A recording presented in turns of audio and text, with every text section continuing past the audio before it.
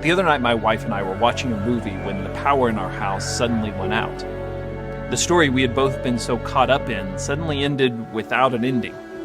We eventually went to bed without finishing it, but I found myself lying there thinking about the characters and about their unresolved story.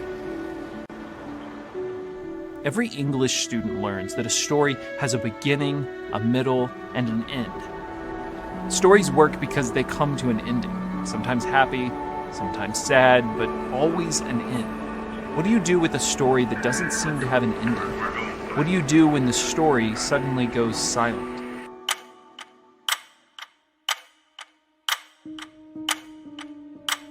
It struck me that most of our lives feel like that movie. We're stuck somewhere in the middle, not quite sure how or if there will be any kind of satisfying ending. As we come to the end of Genesis, it feels like so much of the biblical story is left undone. What about this sin problem that humanity continued to face? And what about the garden that had been lost? As we come to the final pages of Genesis and open to the next book, Exodus, those ambiguities only seem to get worse. Joseph's family stayed in Egypt and grew into a nation, but a nation which was enslaved by the Egyptians. God had built a people as he had promised, but his people weren't free to worship or to live by his guidance. The Israelites called out to God, suffering under the rule of their masters. But for hundreds of years, God seemed to be silent. It's as if the whole story came to a halt. Where were the great miracles? Where were the great men and women of faith leading God's people? Where was God's voice? They listened, and they only heard silence.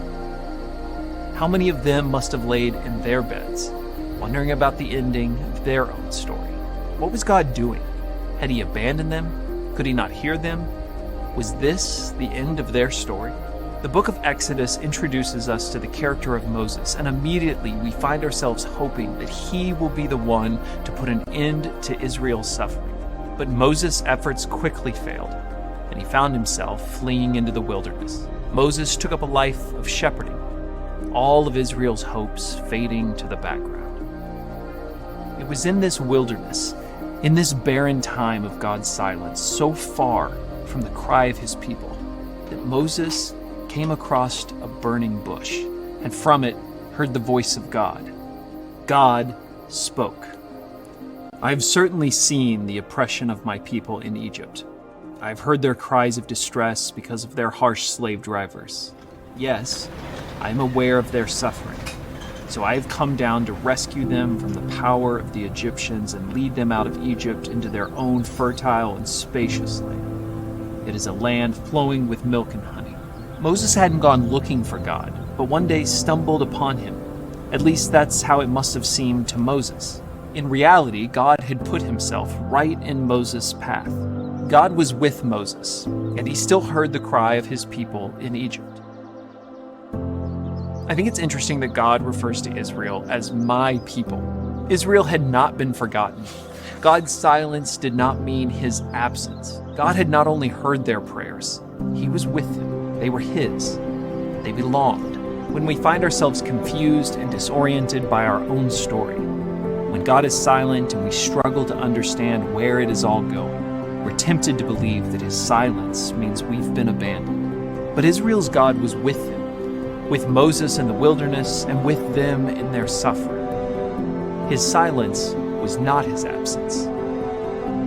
They are his people, and his silence only deepened his resolve to act, to bear their suffering, and to lead them on to a better land. Our God is not somewhere out there, waiting for our prayers to accumulate into a cry loud enough to respond. He is with us. He is close. He would show it to Israel in the power of his deliverance, and on throughout Scripture in the humility of taking on flesh.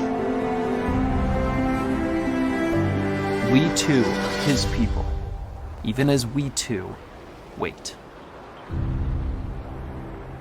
Listen.